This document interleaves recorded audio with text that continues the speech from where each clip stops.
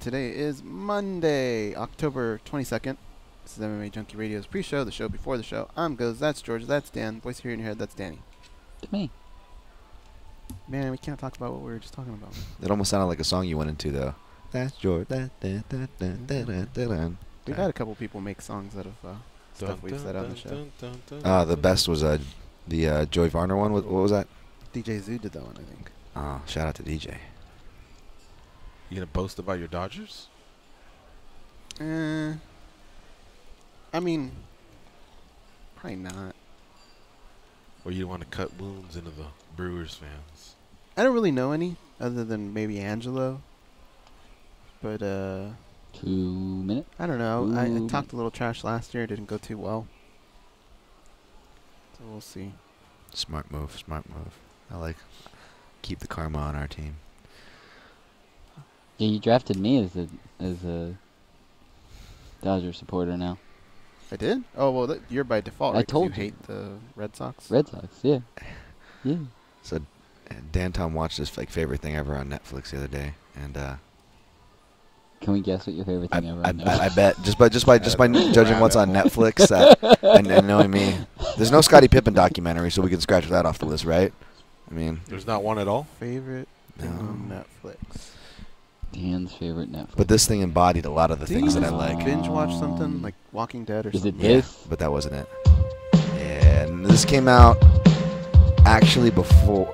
Yeah, this wasn't a part of what I was watching. Okay. Was it the 90s? Yeah, ding ding ding ding ding ding ding ding Yeah, ding ding got ding. it. Guessed Oh, it? it was so good. Holy shit. Oh, it was so good. The Wait, music. it was I the watched- 80s. Yeah, it was the documentary Tom there's Hanks a- produced on Netflix. It was called the Yeah. 80s? Yeah, Oh, they have okay. 80s, they have 70s, but they go through like politics, pop culture, Oh, I've seen music, the 80s one all the of that. changes, and they have like a little The 90s one's series. pretty good. It's really good. Mm-hmm. You know, Dan Tom's everything goes back to the 90s. Coming up at 30. Analogies, references.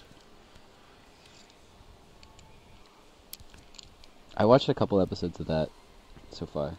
Did you dig it? The first episodes were pretty good for the 90s because they're music ones. Yeah, those are the ones that I watched. Yeah. That's classic. They've been good, though. I liked all of them so far. They gave me like chills and like, I was enjoying it. I guess coming up. Stand by. Tupac vs. Biggie.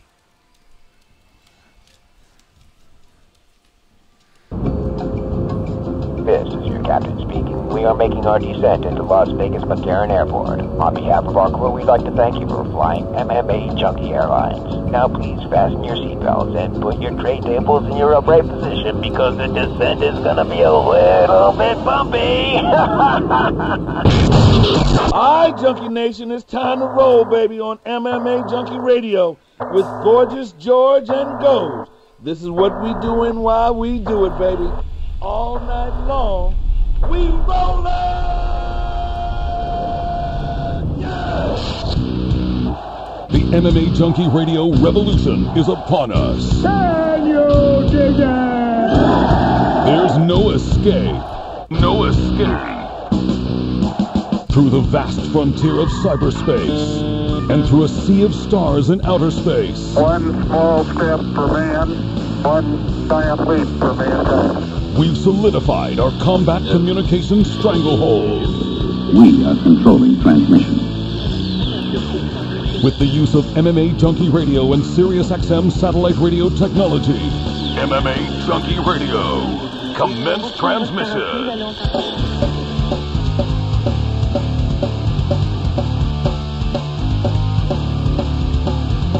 Live from MMA Junkie Radio HQ in the fight capital of the world, Las Vegas, Nevada. Here are your hosts, Gorgeous George and Goz. From the fight capital of the world, inside the beautiful Mandalay Bay Racing Sportsbook, you are listening to the MMA Junkie Radio Show, the only show that matters. I'm your host, Gorgeous George. With me, as always, is the devious and dastardly Goz, RA's co-host. To my left, it's the fight analyst, Dan Tom. Backy's handling all the producing duty, Danny Okers.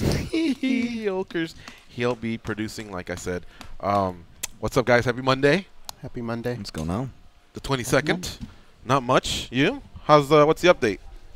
It's feeling better, 2 weeks but yeah, it's feeling better. But I'm stubborn, so like I'm wanting to use it more, which is probably a bad thing. So I'm just trying to keep remembering that I can't use it, but yeah, getting used to this this old slugger. Is there an on my official arm. date, like November? November 12th, which was UFC 205. I think in dates it's weird. Yeah, November 12th. Oh, That's okay. like, 205. I was thinking, wait a minute, that passed. Yeah, I get what you're saying. Do they look like a defensive lineman?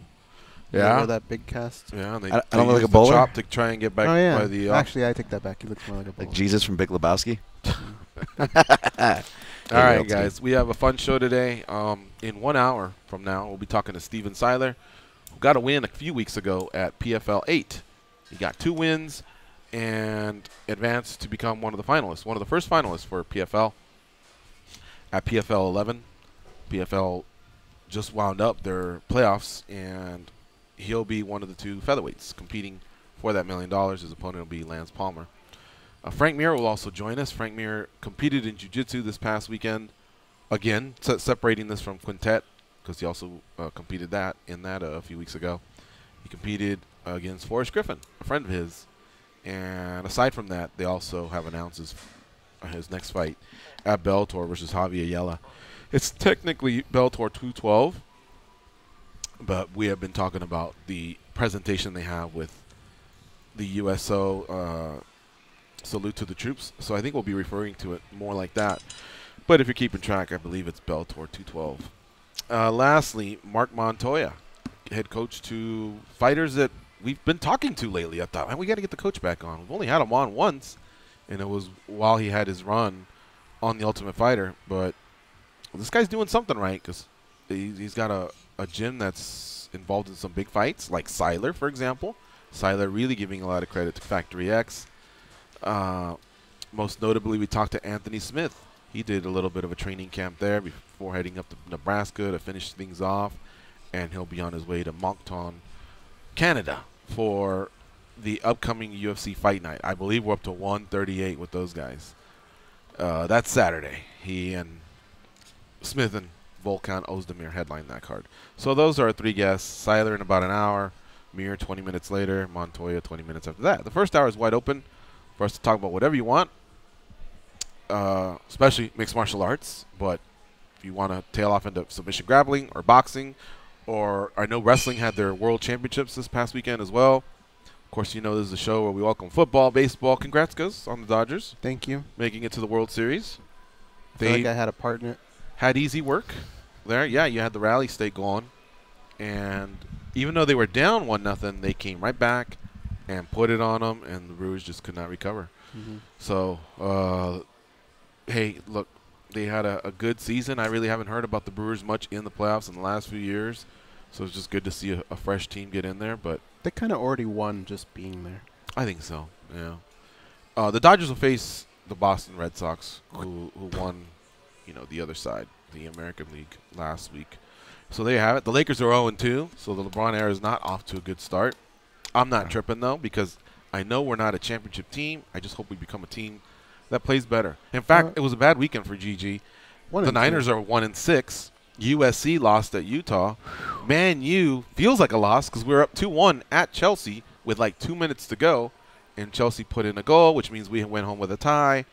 And yeah, sure, we got a point, but it just felt like a loss to be that close. And then the only team that really won was the modern-day Monarchs of Santa Ana, California, who bounced back from losing a huge game to St. John Bosco a couple weeks ago. So a lot of people were saying, hey, we got a tough game coming up, but we steamrolled that team. So that's really my only positive. Lakers do have a win. Rondo over Paul, right? Does that count? Yeah. I was going over this, and in that game, folks, we had some fights, so we could talk about it a little bit more. Did you see it, Dan? Or was this all no, just a highlight. Yeah, I didn't Danny watch it Olkers, live. did you see it? No, I just watched it live. I know you're talking about that. Olkers? No? Okay.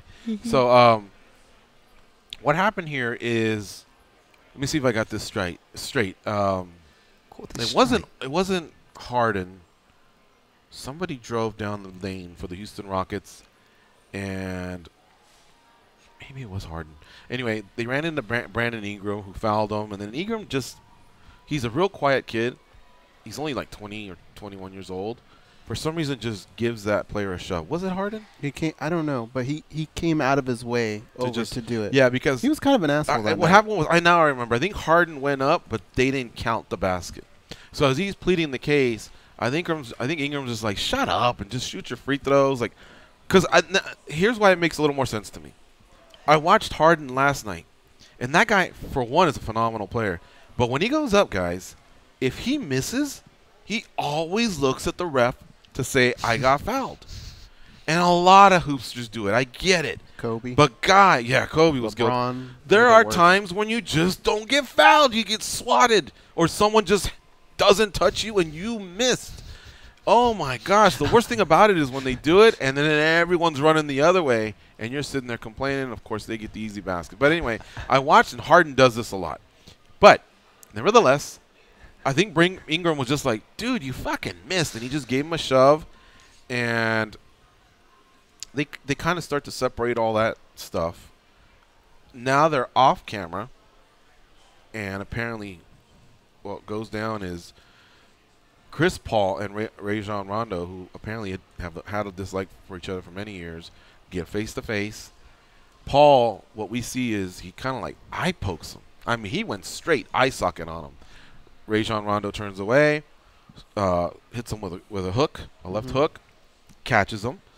And then by then, they do swing, but it doesn't look like no one else hits anybody. Brandon Ingram, I think he does hit him twice. Maybe. But the first one was, you could see. Yeah, once you slowed it down, you go, that's a shot. Okay.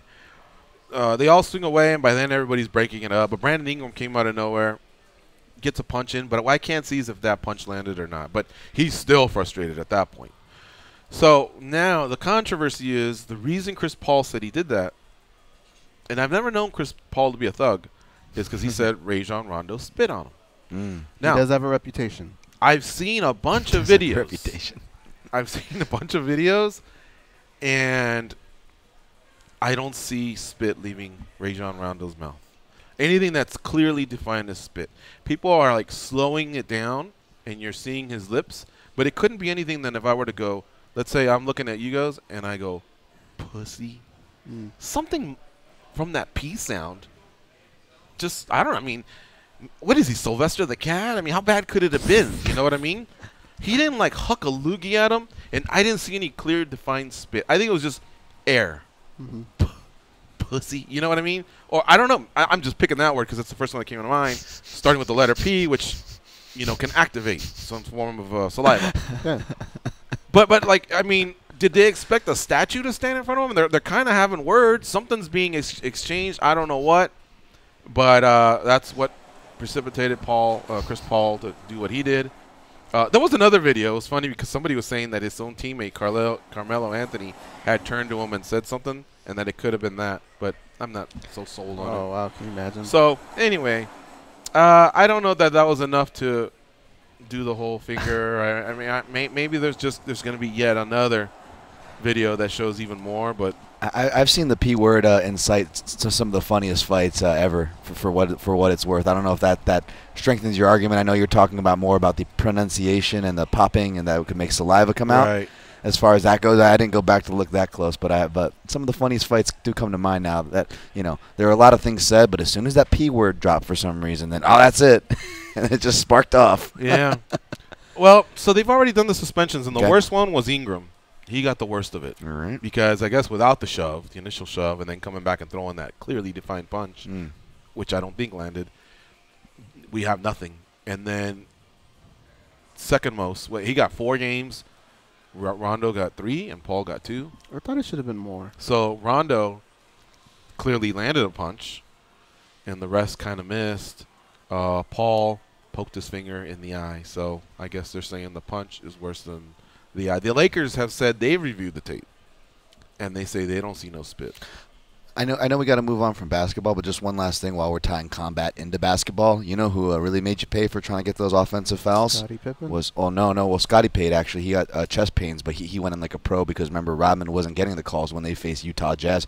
I'm talking about Karl Malone. Remember how he would throw the knees up? When he would just throw knees and elbows for rebounds, but even when he would go up for his layups or dunks, he would go knee first, like a flying knee, like Jose Aldo or Anderson Silva. And so you're taking that charge. You better commit. Like, you were going to earn that foul. He's going to make sure you earn he gets hit. Beast too, dude. Oh, Oakley, Well, yeah. that's why Worse. LeBron is so unstoppable, because he's such a big, thick dude as well. I mean, Right. he lowers that shoulder and it's like a running back. You know? Yeah. What are you gonna do? You either gotta tackle him or take the hit, or Jeez, I makes don't you earn know. it. But anyway, it was fun to break down. I was breaking it down. Dan Stupp chimed in a little bit. Joe from H-Town, a couple other fools. But what are you gonna do? You know, they already said what's gonna happen. It's gonna cost them some money, and we move on. The NBA is pretty swift. NSAC, I believe, pretty soon. I think on the 24th is gonna talk a little bit about these temporary suspensions and with Habib and Conor. You know, UFC 229. But the NBA, they don't play around. There you go. That's what it'll cost. We already look on our good friends Hoops Hype. They kind of had a little breakdown of it. You like Adam Silver? I have no reason to dislike him. I had a good day betting NFL football. Did you? Yeah. Nice. Yeah, I would have had a great day if that fool up there, Justin Tucker, had not decided to miss his first extra point in 10 years. Oh, that cost you? Well, I should That's clarify. the worst way to lose. I should clarify. All that would have done was put the game in OT. I still might have Oh, lost. okay. All He's right? still a fool, But though. I was minus 2.5. Baltimore was the home team. They had the better D, and they would have had the momentum. They had the better so what? I'm feeling like they would have covered. They would have won by a field goal. Thereby, I would have won my bet. But either way, I would have liked to have seen it. Tampa Bay's guy, he made a 59-yarder to win, and this guy couldn't make an extra point to tie. And the Cowboys are complaining because their guy missed a 52-yarder. But prior to that, they penalized them 5 yards for what looked to be a hokey call, honestly. Just the center makes this little shift with the ball before he hikes it. Things happen. That's what I say. And there's no guarantee. So what they're saying is because the ball hooked at the end, that ball from 47, by the time it hooked, it would have been in. But it's a whole new play. You don't know how he kicks it. We don't know how the wind kicks up at that point. It may have very well have been good, but you can't judge it off that one single kick. And the bottom line is some guy had just made one from 7 yards further.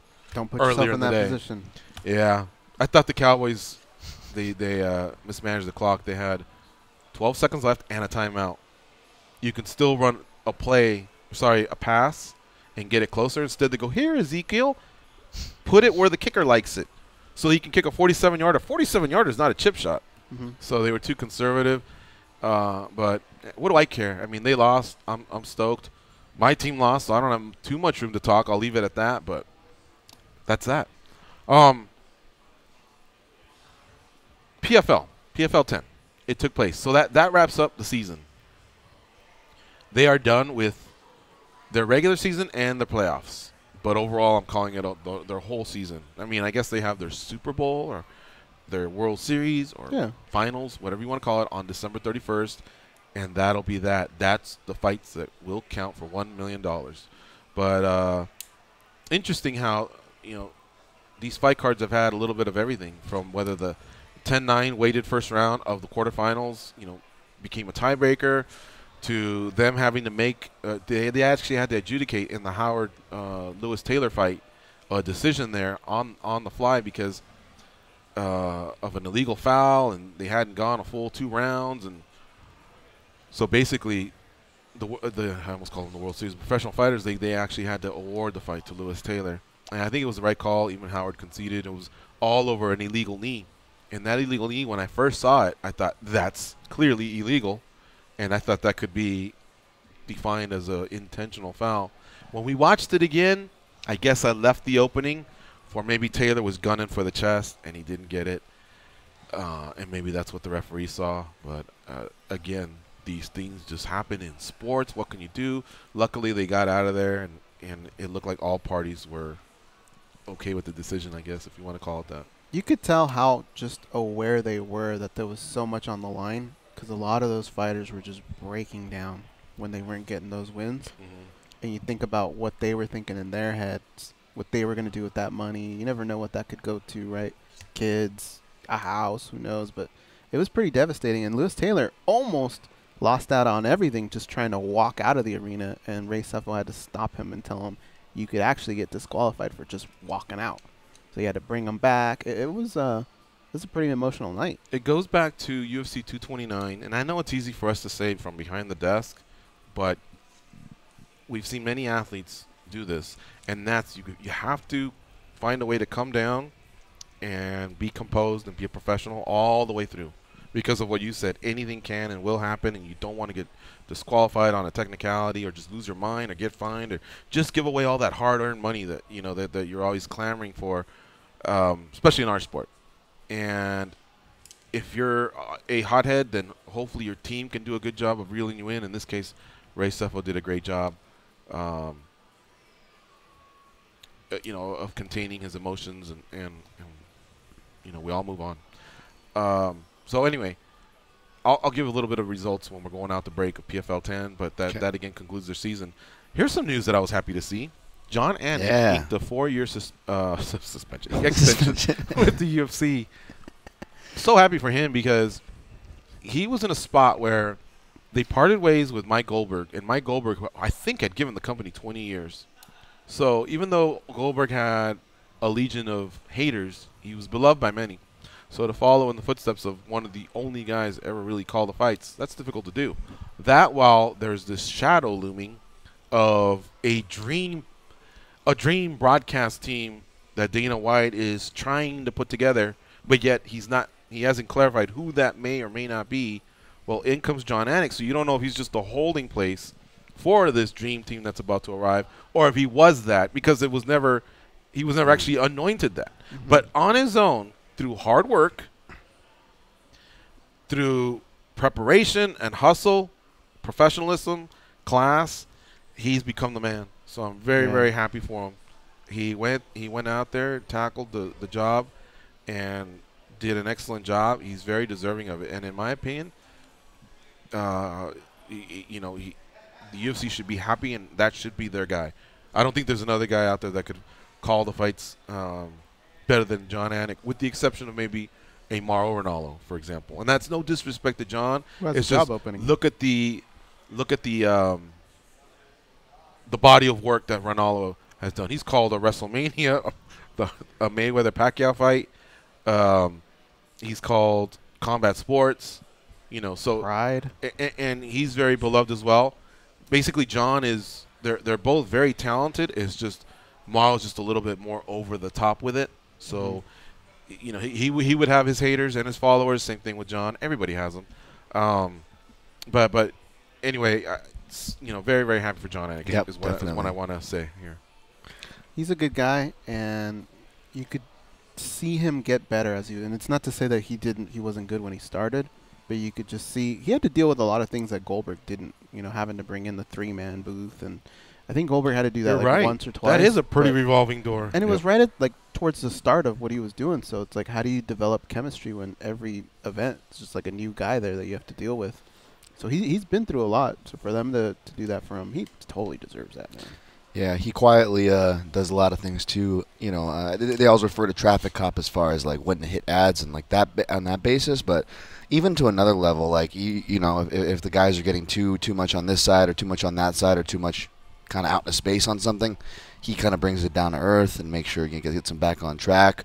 We'll set up set up the analysis. Kind of lob up the volleyball so the other guy can spike it down. That's a sign of a good team player, and that's definitely John Anik. And he's actually doing play-by-play and running into the octagon to do post-fight at times. Not always, but he'll do that, and he does very well with those questions. Does a very good job of setting the guys up as well there for what they want next, and then he'll run right back and just keep it flowing, man. He's very, very talented, has an incredible vocabulary, very smooth no matter what types of pressures he's under or what kind of message he needs to deliver.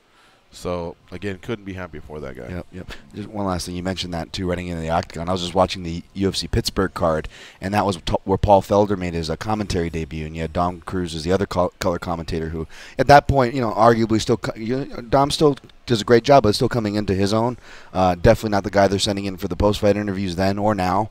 And then, of course, Paul Felder, that's his first one. So Annex having to handle two different level of commentator who they're still trying to get their feet under them, though they're at different levels, while doing the double duty of having all right, and now we're going to cue up some highlights, and you hear the mic drop real quick because he has to, make the quick change over. They already have his coat ready for him, and it's great. You just see him spinning so many plates, but maybe doesn't get all that credit, and he doesn't want it. He's a modest guy.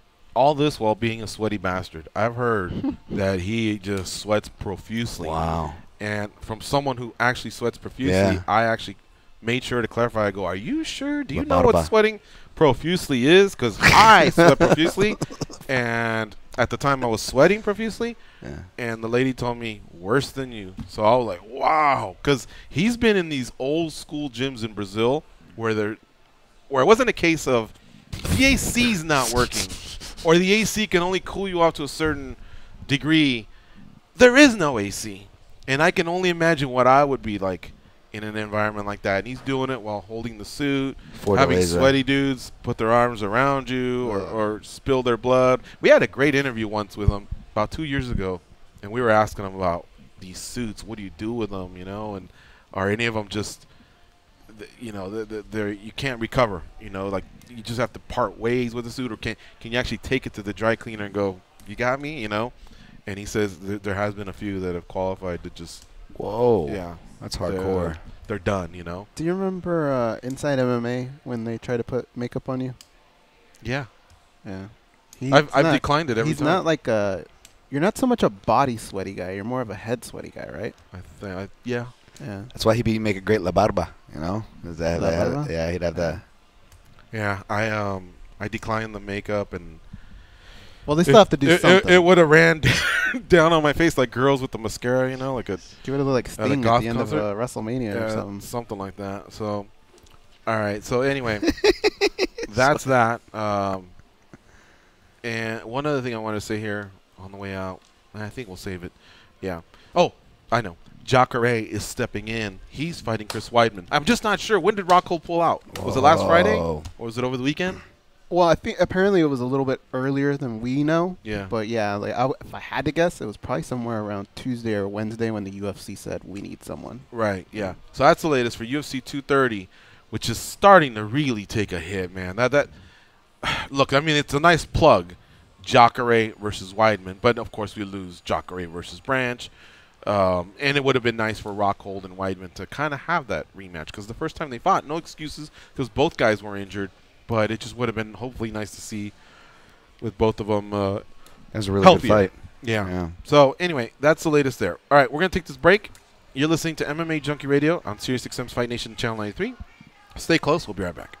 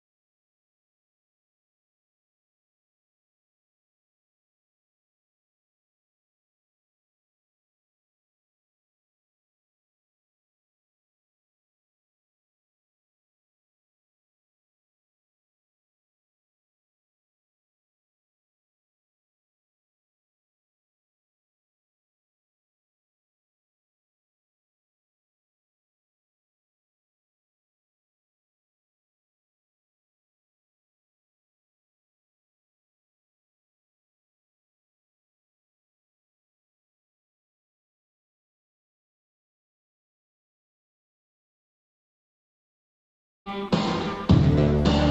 were forged from the same ball sack, but act as though they've never met. They are the brothers Garcia, Gorgeous George and Goes. You know, for many people, Depeche Mode is the greatest band of all time. Really? It's in my top 5. Yeah. Or they're in my top 5. Yeah, I know. I think Richard Blake says that's his favorite. And Yeah. for him to come out publicly and say it because he's the DJ and They play that's his Team channel, Local, too. first wave. So imagine what the others feel like. But I guess you got to have a favorite. And if you're honest about it, I mean, you know, the others have to get over it. Doesn't mean the rest suck. It just means that was his favorite. Don't miss the Boston Red Sox take on the Los Angeles Dodgers in the 2018 World Series. Hear every pitch, expert opinions, and analysis on your home for the best coverage of the fall class. MLB Network Radio, Sirius 209, XM89, and streaming on your phone or at home on connected devices and speakers. Danny, where do you sit with Depeche Mode?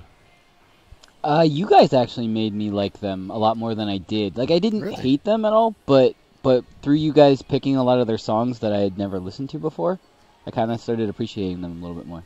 Do you have a personal favorite or anything? Or I don't yet. Yeah, that's a tough question. Yeah. I like Depeche Mode, but I wouldn't say they're in my top 5 or top 10. I like that kind of music. Probably I blame AFI because a lot of their interests I ended up liking, like the big Smiths and Morrissey fans. Smiths So then I is got awesome, into that. too. Then of course I liked then Depeche Mode, and then They're playing Halloween, or Morrissey's playing Halloween in L.A. oh yeah. Yeah. Marcel from Houston just tagged me on Twitter. He says he's got some spit videos. You guys want to take a look real fast?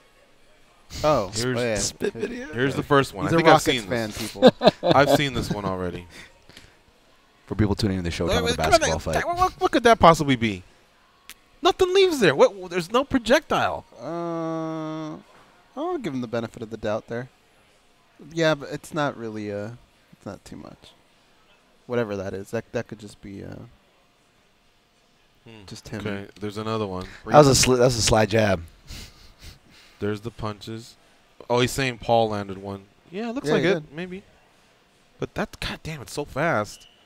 Hard to see if. Yeah, It's a good one. It looks like it might be. I don't think it was as good as the other one, but it looks like there may have been something there. All right, so he's making his case for, hey, Paul landed one too, man. And then the last one is. Oh, okay. He's saying here's another one. Gotcha. Okay, that right there That's a looks solid pretty solid punch. as well. So then my question is, 2 punches and the eye poke, and he gets less, That's a good point. right? I mean, Because he instigated it, right? you might as well just give him all 5 games, or I don't understand. Brandon Ingram's out of his mind, though. He was already pissed, and he was just looking for a fight. Just see the way. I mean, it's not like they're not that good of boys, right? They just signed them, Who? What? Rondo and Ingram. Oh yeah. Like the way Ingram came, you could just tell it didn't really matter what was going on. Yeah, he was wanted just to mad. fight. He was pissed off. He had snapped. Yeah. All right, we're gonna do the daily bait in just a sec, but I want to finish this out so I get it all right. Abus Magomedov defeated Sabadu. Dan, help me out here. Is it C or Psi? C. C. Okay. That's how I've heard it. Abus Magomedov defeated Sabadu C in the middleweight semifinals. Remember, it was the finals of that particular night, but Yep. on paper it was the semifinals because the finals are at PFL 11 on December 31st. Unanimous decision across the board. He is one of your 2 finalists. Ray Cooper had defeated Henderson Fajea and also avenged an earlier loss in his career when he defeated him in the first round. John Howard that one ended in a technical draw, but Taylor's the one that was chosen to advance. So Taylor will be facing Magomedov in New York for the middleweight finals. Facing Cooper will be Magomed Karamov, who defeated Bojan Belakovic. Wait, George, I saw Belakovic lose earlier in the night. He did. But Abubakar, right? Nurmagomedov could not continue, even though he advanced on the tiebreaker. Therefore, Bojan Belakovic advanced to meet Magomed Karamov, and he lost. So your finals there Man, I are Ray wasn't paying Cooper attention. versus Can you do that Magomed Karamov. Sure goes. Magomed Karamov defeated Bojan Velikovich. Belikovich had lost earlier to Abubakar Nurmagomedov, except Abubakar Nurmagomedov could not continue. Therefore, Boyan Belikovich stepped in to face Magomed Karamov, but Magomed Karamov defeated him. Okay.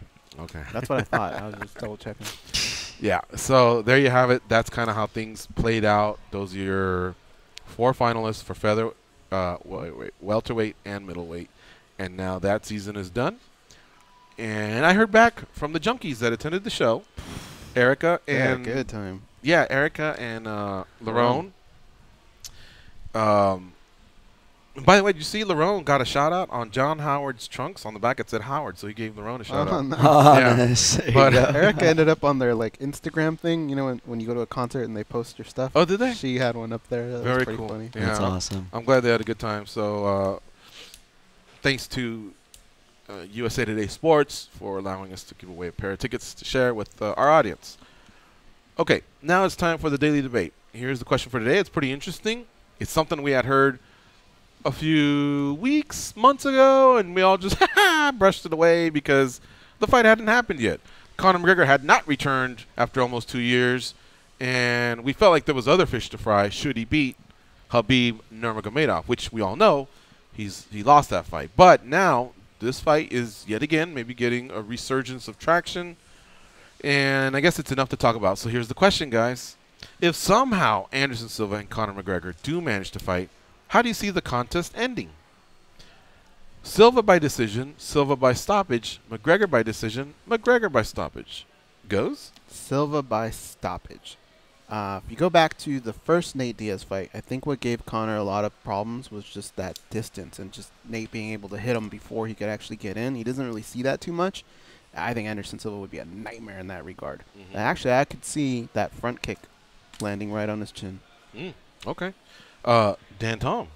Yeah, that would make sense. He did land that front kick against a fellow southpaw, Vitor Belfort, and I think Anderson does better against southpaws. More of his arsenal, with him being a southpaw himself, is actually opened up, and that's what he would get with Conor McGregor. And whereas McGregor, I mean, you'd have to think, okay, well, maybe a puncher's chance, but let's be honest, we're really, if we're being critical and honest, we're still trying to find out where his power lies at 155, much less 2 divisions up, even if this hypothetical takes place at a catch weight. So maybe on McGregor's best day, maybe he could survive to a decision. But you got to admit, guys, it's probably going to be a main event fight, which means 5 rounds. So, yeah, I vote Anderson Silva by inside the distance. Seems like the most likely line by a stretch for me. Yeah, I guess it's a third. I'm with you guys. At some point, the other fellas are just too big, man. It's not to take anything away from Conor McGregor. Look, even when Nick Diaz fought Anderson Silva, when Nick Diaz fought Anderson Silva took a while to really get going or really do much. For one, there had been, those fears of coming back after such a vicious leg break. So I think he had that weighing on him. That's why he broke down and cried afterwards. But Nick Diaz was kind of cool all week, and then he was punking him in the middle of the fight. And so Anderson, I think he just messed with him. But you could tell when they did actually fight and engage, one guy was just superior to the other guy on the feet, and I think that's what's going to happen here. He's just a bigger dude, and Anderson doesn't really seem to age. Like, he is aging, but he's not one of those guys where you go, oh my God, he's a shadow of himself. It's nothing like that. He still actually looks pretty good. I would have wanted a little bit more of a frequency of fights from Anderson Silva in these last few years, despite all of those suspensions that he's had to serve. I feel like there's been pockets of time that he still could have filled in. But maybe he really saved his money well. Maybe he's so well off that he doesn't need to do it other than to have fun. But you can tell he's pushing it because he sees something there, and that's the fact that he's just a bigger guy, a stronger guy, and he'd have I'd say a fairly easy night. So put me down. Same one. Silva by stoppage, unanimous across the board here. 44% of them agreed with us, but 38% said McGregor by stoppage. That wasn't too far behind. Wow. Then 10% said Silva by decision. 8% said McGregor by decision. 3,357 votes came in. Thank you all for participating. There's the daily debate for today, brought to you by the MMA Junkie Radio team. All right. That's crazy to me. The 38%? Yeah, that's a lot of people. I could see 15 maybe is what I would have thought. 38%? Right, because 38%, we'll call it 40, of 3,000. Not 300, not 3,357. I don't want to do the math. 40% of just 3,000 is 1,200 people. 1,200 people, guys, actually went, I think McGregor would get him. But those are jackasses that don't know any better. They just want to hit a button of who they like or dislike. Because I'm telling you, if you do this deal, the gun to the head scenario, where if you don't get it right, they're going, man, give me Silva. I was just fooling about. Maybe 10. Orlando and 9 others go. Nope. McGregor to the end. But trust me, of 1,200, those numbers would skyrocket downward. I guess that's not even that doesn't make sense. Skyrocket downward. Ask him, because when he just fall downward. There's no way. When you said Orlando, I just heard the sound effect that the movies use when someone gets thrown under the bus. Because there's a sound effect for that, by the way, right? When someone goes under the tires, it's like, boom, right? That's what I just hear. Yeah. We could probably get it from the movie Speed. I think they had one of those. One of those guys went down that way. Yeah. Come on, man. By stoppage? I can't. No way. Now, had Conor beaten Khabib, I might give those guys a pass. Because then I'd be thinking, wow. In fact, did you guys see Owen Roddy's video? He kind of released the last version of, how he had his own vlog going. Mm. It was actually pretty entertaining. And so he released the final days and night, and then he gave his personal thoughts on the fight. He has some real interesting behind-the-scenes footage. In fact, going back to John Anik had wanted to clarify on his podcast, Anik and Florian, about things that had happened to Conor McGregor on the day of the fight. And what he didn't want was for people to think he was making excuses. So he went and clarified, and I listened to that episode. So the way he clarified was just by saying, look, I'm not saying the fight result changes. All I'm saying was behind the scenes, we had heard that Conor McGregor's locker room was like a nightclub. It was jam-packed. Like, how do you properly warm up or stay tuned when you have such a huge entourage? And Owen Roddy takes us behind the scenes, and when you see in the locker room what he's going through, it doesn't look like it's troubling him, but it does seem like to be a lot of bodies in there that don't need to be in there. And now I see what John Anik was talking about. It was packed. I mean, like, how do you get so many people in there? And then when they're getting ready to go, and you can hear the commission officials say 10, 9, you just see behind Conor McGregor, it's usually the fighter, and in championship fights, you get the third cornerman. Otherwise, it's 2 and the fighter. Yep. You get the third. Sometimes we'll see 4 or whatever. And what will happen is the manager or teammates will just trail off. They'll walk in but just trail off. Then Dana White allows that to happen. But in this case, he must have had about 6 or 7 vloggers like Mac Live, Owen Roddy, his vlog, and literally it turned into boxing, almost like Mayweather walking in. It's just the UFC does a good job of not showing you that. What? But if you want a good behind-the-scenes vlog, check that out. Owen Roddy, I think you guys will dig it. Well, Anderson Silva, we were just talking about, not to wind back, but same thing. The entourage got big, yeah. at a certain point. Do you remember that at Encore? Where he'd come out and they'd all be wearing the same sweatsuit? Yeah. There'd be like 30 or 40 of them. And then they would get together Ronaldo and do a prayer. was one of them, for crying out loud. Steven Seagal was in it. Young Khalil. Check this out. John Orlando, I may be in the Twilight Zone, says he doesn't think Conor would beat Anderson Silva. Oh, wow. He says Did you get Silva's the right number? too big. That fight will never happen. Yeah, I think it won't happen, but I don't know about saying never to it. I mean, it seems like anything's possible. You think he's being sincere? He just doesn't want to eat another chip. Yeah, You think he Well, learned no, his lesson? he's still feeling the chip. I think he understood. Well, he said he would do it against Khabib again. But I'll tell you what, guys. 100%. 100%. I think it would be fair for all of us to at least give some credit to Conor McGregor in terms of, for many years we said he ran away from the wrestlers, he ran away from the grinders, Right. he ran away from the tough fights, and to come back and go, give me Khabib, like no tune-up, no Nate Diaz part 3, easy money, get in the wing, just straight head on. I think not enough credit was given to him.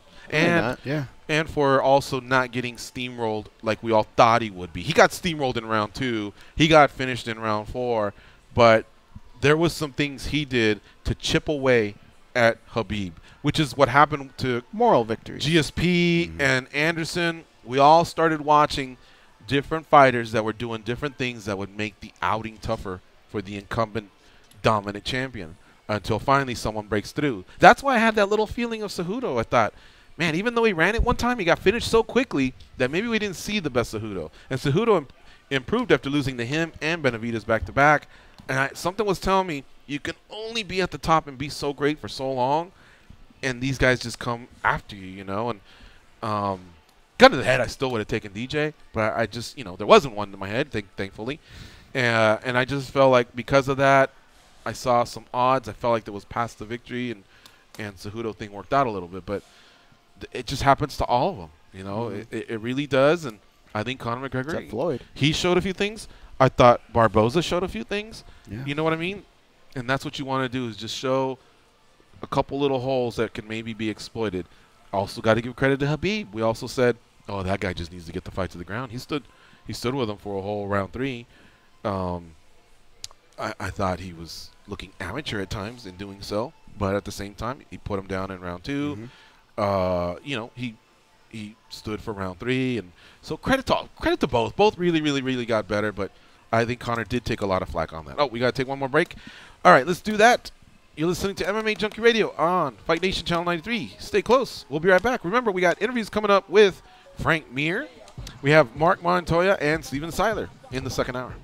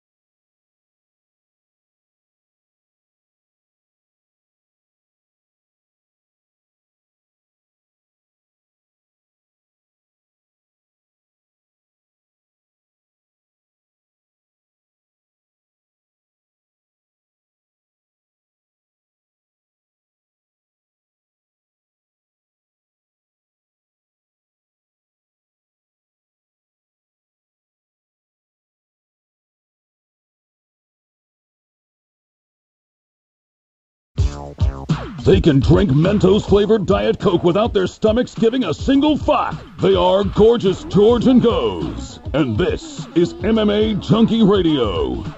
We have your chance to see a very special live performance by Rick Gervais and friends. One grand prize winner will receive a trip for two to New York to go along with 2 tickets to the show on November 8th. For official rules and to enter, go to SiriusXM.com/Ricky Gervais. Do that before October 31st. No additional purchases necessary. I like that song, Danny. Good job today. That one was Goes, for sure. Oh, sorry, Goes. Good job. Damn it. Oh, I was taking a drink, and I was ready to take it to him, and then he just came clean. Nice. All right. Let's talk to Marco in Waco, Texas. What's up, Marco? How you doing? Marco from Waco Road. ¿Qué pasa, dudes? ¿Qué pasó? Hey, George, instead of skyrocketing up downward, what about skydiving downward? Yes, I like it. Okay, all right.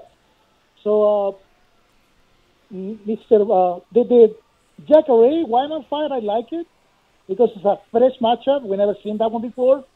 I mean, disappointed with Rockhold not being able to fucking make it, but that guy gets more injured than his friend Cain Velasquez, man. I mean, since the Striker, he had a history of injuries, man. So, whatever. And Ray Cooper III, holy shit, dude. For a 5'7" welterweight, dude, that dude pack a punch. He should be fighting like naturally a bantamweight, a 5'7", and he's just laying waste to the people on the PFL, man. I'm rooting for the dude, and hopefully we'll see him soon in the UFC. Peace out, dudes. See ya. Yeah, Ray Cooper was so aggressive from just the get-go of that fight. He was coming out throwing bombs, and Jake actually had moments where you could say, all right, this might be Jake's moment now, and he just was. Ray Cooper's the truth, dude. He fights to his style. I love that. I mean, usually, we're so used to the long guys having advantage from John Jones and so forth. It's just such a great prototype for grappling to striking. But that doesn't mean the short guy has any worse for wear. It's kind of fighting to your body type, and he knows that. He knows that, okay, well, if I'm shorter, they're going to have to change a lot lower to change their level and take me down to avoid these strikes. That's going to bring him right into my uppercuts. It's going to bring him right into my power shots, and he gets in their face. He pressures to take a reach out of the equation. He gets the fight into his zone, and as long as that sprawls and he keeps his hips in check, he's just a ticking time bomb for anybody he's facing. And he makes you pay. Yep. But, okay, here we go. I don't mean to rain on his parade or anything. Right. But were a few of his shots close to the back of the head? Like, yeah. He's throwing them. But and the damage was done by Yeah, he's doing it so quick that I think the ref is even thinking, that could be, stop the fight. You know what I mean? Because you'd have to actually interject and stop the fight just to give him the warning, and you don't ever want to take away from that. But I guess I will always say, I'm on my couch. The ref's standing over. But a couple of them, you can just tell from where they're coming down, it looks like the fist is landing where it shouldn't, but he's doing it so quick, and he really, really does make you pay. Once he's got you, it's over. Was it Eric Silva versus Ricardo Funch where we saw what happens when everybody complains about those back of the head shots when the guy is already kind of hurt and the end's already coming, and we saw what happens. Well, what do you want the ref to stop it? We've seen that outcome, Eric Silva versus Ricardo Funch, and everybody, even though everyone was an Eric Silva fan and he was on his way up, people were still upset with the call because well, yeah, of course they're upset because I think Eric Silva it was a draw or he lost by DQ or something weird like that. But anyways, it was one of those. It was a similar situation. But I will say about the Cooper stoppage, I know what you're talking about, and the left hands were kind of going to that back of the head region. But I will say in his defense, his right hand in the same action was more accurate than most guys. Because what was it? Jake Shields was kind of in that turtle position where we see, and he shells up, right? And if you look where his right hand's going, like it's some of the more accurate shots as far as like going right around at the top of the head area here, and then he goes right to the armpit and undercuts him right to the chin there. Like they were super accurate shots. So he was trying to place it. I just think that the ref was giving him a pass because, like I had it taught to me and would teach the same thing. Like dive your head in for a single leg. It's one of the most safest spots in a fight. Even if you can't successfully re-wrestle the guy down when you're burying your head into a guy, only your back of your head's exposed, which is illegal. It gives them less of a shot. It doesn't mean they can't blast you, but, it's what it is. When you were going to rain on his parade, I thought you were going to talk about if he's that successful training with just his brothers in the garage. Oh, jeez, yeah. Can you imagine if he put this guy in a camp with other fighters, how much better he's going to get? Yeah.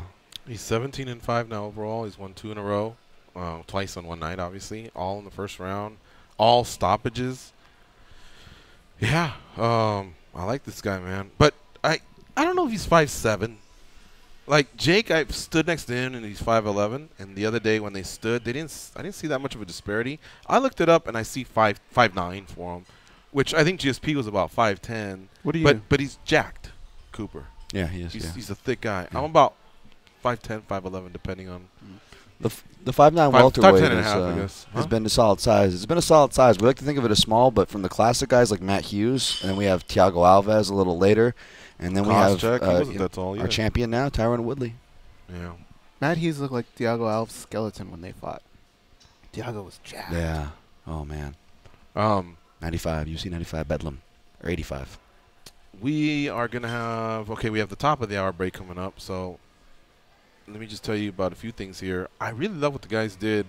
Ensign Inoue gave his thoughts on the UFC 229 brawl. Looks like it did well. The story did well there. So check it out. Remember last week we also were able to catch up. Shout out to Kenny and John. They were out there at the UFC PI, and they caught up with both Cormier and Derek Lewis. So if you want to check out the videos, you can always go to our YouTube page, youtube.com/MMA Junkie Video. And, of course, on our front page, you can see the links to our social media, or just follow the recaps that are there. Sometimes the writers will pick certain things from the interviews. Also want to give a shout out to FFC. FFC 32 was this past Friday. Got a chance to check it out over there at the Fight Dome at the Rio Hotel. It is really, really cool. It looks like going forward they may actually, rather than separate boxing, kickboxing, and MMA, have hybrid cards. But we'll wait to see if that's going to be a final product. It's just some of the rumblings I heard behind the scenes. Orsad Zofko on the team, George Elias, Stitch Duran, man, they've done a really, really great job of production. Production is their thing, man. The lighting, the video, it looks great in there. And they were selling some tickets. People were there. So hopefully that thing picks up. Remember, their goal is not to sell 20,000 seats. It's 700 in the Fight Dome. So if you can get your ass in there, go. You'll really, really like it. I got to see Paige Van Zandt's husband win, Austin Vanderford, and he was pretty violent, man. 6-0. I tip my hat to that guy. He looked really, really good. All right, top of the hour break. It's a quick one. We'll be back in about 30 to 45 seconds. This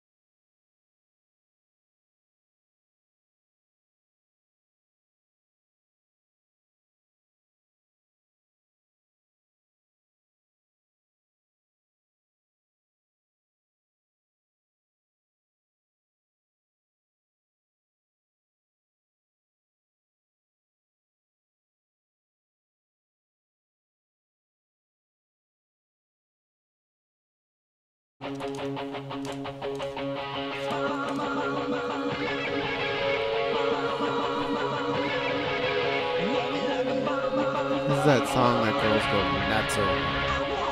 If you're at like a club or something, they will end the conversation right then and there. That journey.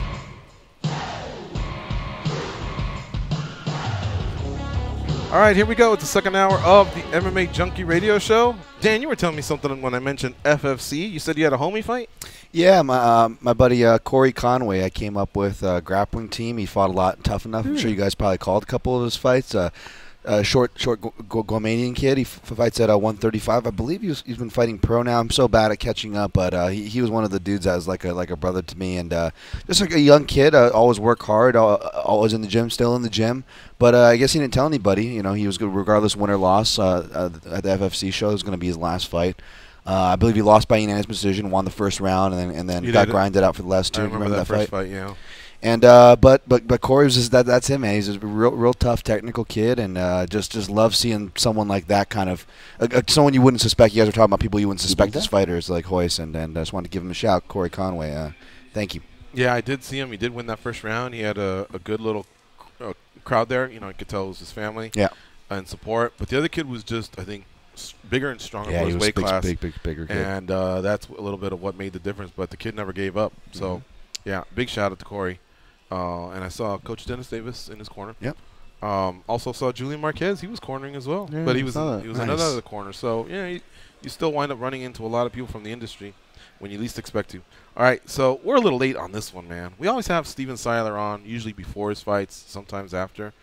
But I was really, really stoked to see him there when they brought in all the finalists at PFL 10. These will be the finalists for PFL 11. You see Steven Siler there. And you know that a lot of people were saying, well, Palmer Harrison have to be the 1, 2, the top 2 favorites to advance. And Steven Siler wanted nothing to do with that. He went out there, did his thing throughout the season, then came back and won his 2 fights in one night at PFL 8. That is why he's one of the finalists, and he'll get to fight Lance Palmer at PFL 11 on December 31st, with the winner getting $1 million. He joins us now on the hotline. What's up, Steven? How you doing? It's going good. How about you guys, John? Not as good as you. You get to fight for $1 million in a little bit over 2 months. So really, really happy for you.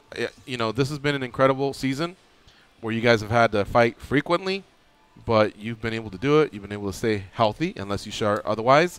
And 2 fights in one night, that's just something that most fighters won't get to do in their career, especially in this modern era. But the PFL put that format out there, and it was great to see a lot of the guys embrace it and succeed in it, and you were one of them. It was definitely a crazy night, especially fighting twice in one night. I mean, it was a different feeling than I thought I would expect. I thought I'd be less motivated the second fight and kind of more calm, but I was actually more excited for the second fight than I was the first fight. Mm-hmm. Yeah, and the tiebreaker was in effect in your first fight. I went to PFL 9, and I saw a few guys actually come back from that, being down in the first round, and then come back and either get the finish or get a 10-8, thereby unevening the score. But overall, is your health good coming out of this whole summer of the regular season and now the playoffs? Yeah, I'm feeling healthy. Just taking a little bit of a break now from training. I did have obviously a little bit of a head injury after the fight, so I took 2 weeks off. Maybe 3 weeks off. I'll probably get back to training here next week, and then I'll head back to Colorado right after Halloween. What was it like in between those 2 fights, by the way? What did you concentrate more on, cooling off, resting, or your actual warm-up for the second? Honestly, I had no time to really even worry about any of that. I got back to the locker room. I maybe had a quick, I think I had like a banana or something, drank some liquid. Then we had, I think, 12 minutes from that time till the time I was starting to get warmed up for the next fight. So there really wasn't too much time between my first fight and my second fight. I was the last featherweight fight, so I had the least amount of time to get ready. So all I had to do was get food in me, some liquid, I had to warm up. Would you ever do that again? Would you ever want to do that again?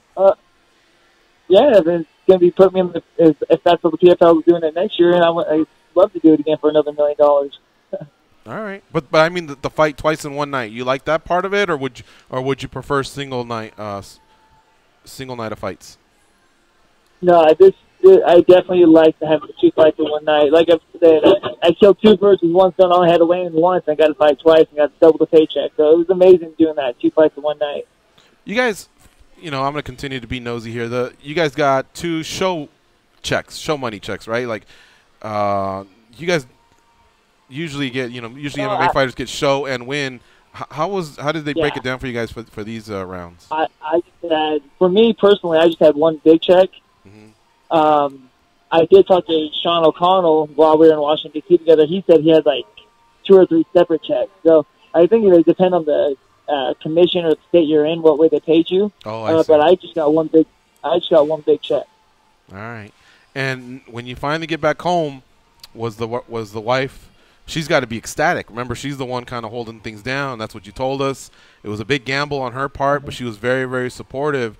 So you came through. I'm sure you came home to a happy family.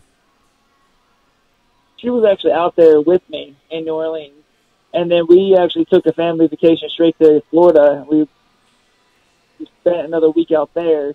So then I probably came home for like 2-3 days before they had me fly out to Washington, D.C. So I haven't really had much home time, but she was definitely excited to see, how this year's playing out, and, all the gambles we took is working out for our best. Which one of you two said first, see, I told you? Was she the one that believed that you could do it, or were you the one that had to convince her that it was the right thing? And what I mean is you having to peel away from the family a little bit and head over to Factory X like you did. So far, neither of us said that. And you know what? Our journey's not over yet. We still got to get to that million. See, I got to get past the tough guy in Lance. So we're not done until we get that million. What'd you do in Florida, by the way? We did. So first, my sister had a baby, baby Romy. She was like 10 days old when I got there. So I got to hang out with my new niece for a couple days.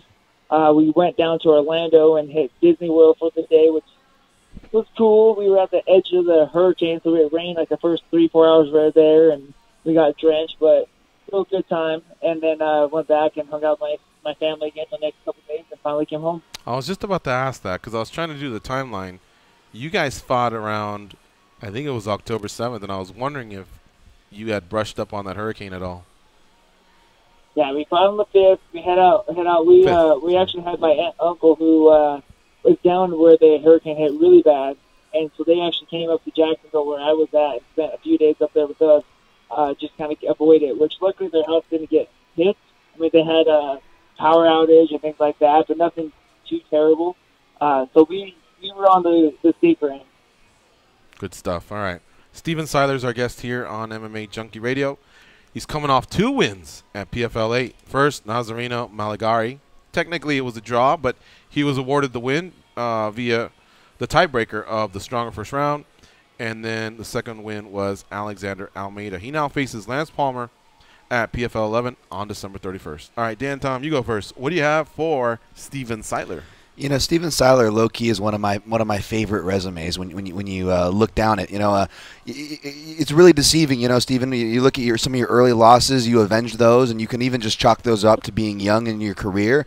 You lost to some quality guys later, but no shame there. And you've been on a really crazy run since, obviously. So it's been really fun to follow your career. But let me ask you, Steven, you officially hit 50 fights, so you probably are at more if you count amateur, unlisted, or pro exhibition. But was there any part of this crazy journey that I just did a rough run through of that you thought about maybe doing something else or focusing more on this or just, for lack of a better word, kind of quitting and giving up? Did you ever have that moment? Definitely early in my career, I had that quite a bit, especially because I didn't really plan on doing this. I more just got in for being fun. Like you guys know, I wasn't training my first 12 fights. I was more just doing it to be on TV, local TV, thought it would be something cool to do. And then when I was 5 and 7, it wasn't really going my best way. I had my mom and my brother both telling me, bro, just give it up. You're not good at it. It's just you focus on work and not have to worry about getting hurt at all. And then definitely after once my UFC career was coming down, I was wondering, how hungry am I? Do I really want to do this anymore? But then after a week after that La Hot fight, I realized, I'm not done yet. I still have plenty more in the tank. Well, I'm sorry. One more follow. So it was the La Hot fight that turned it around? It was after that. I mean, that was my last UFC fight, and just the way I went into that fight, I just wasn't hungry. I became very relaxed and didn't really care to be there in that fight. I was just, something was just not there. And I think, I don't know if it was just camp troubles or just really what, but just the hunger to fight wasn't there. So I was like, do I really even care to fight anymore? Is it really still in me? So it's at that point in time, I talked to Coach Houseman even. I'm like, I don't know if I want to do this. Maybe I should retire. But then I think I took a couple weeks off, and I got time to tighten, and all of a sudden I had it back in me. I was hungry again. Steven, let's go back to the 5 and 7 chat. You said that was your mom and your brother? Yeah, mostly because my dad really was. He was in Oregon, I think, at the time. I talked to him, but he wanted to do whatever I want to do anyways. He could care less what I'm doing. But my mom was still living in Utah, and she had to deal with it. My brother, he's going to all my fights and seeing me not really do too well, get beat up sometimes, and come back bloodied up. So they were the two major parts of my early MMA career, where they saw I wasn't doing so well, so they definitely wanted me to hang it up.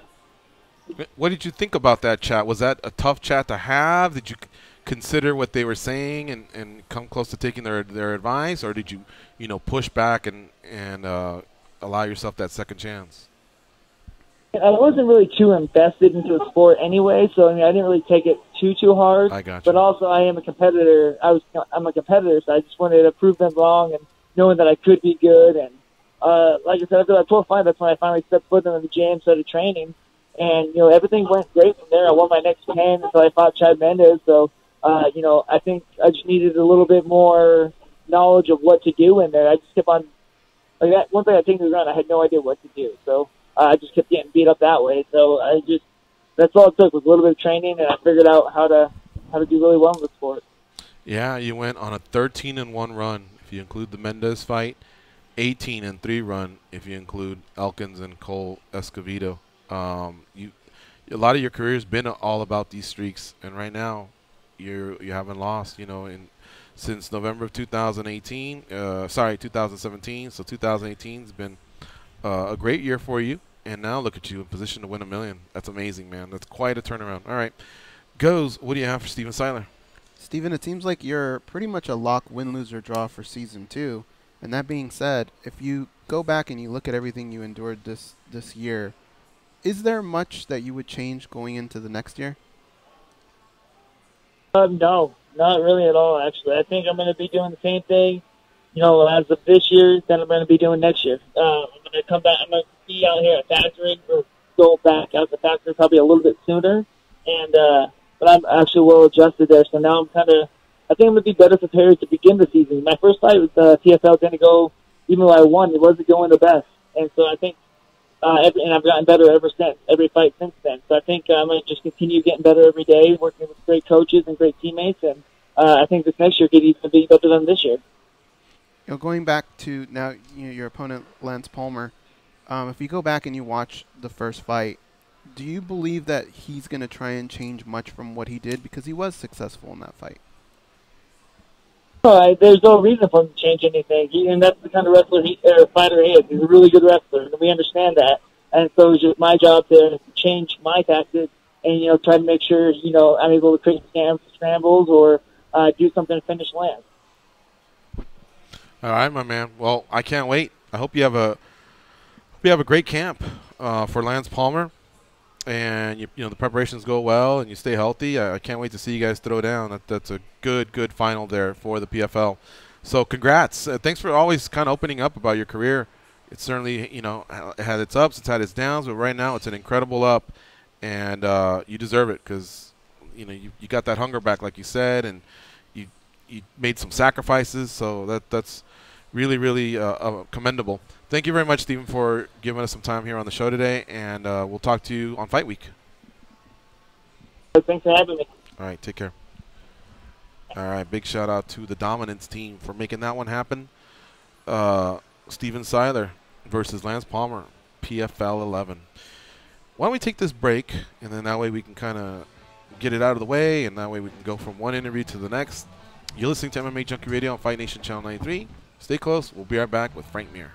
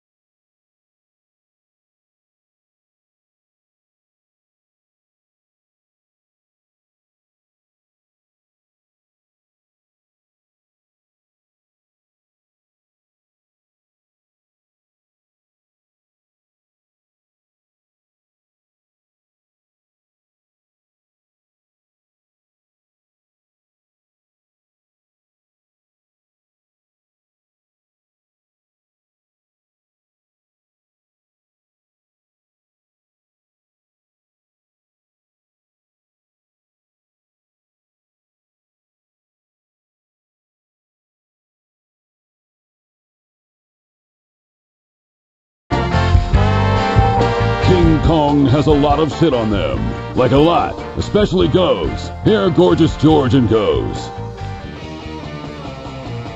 Okay, here we go.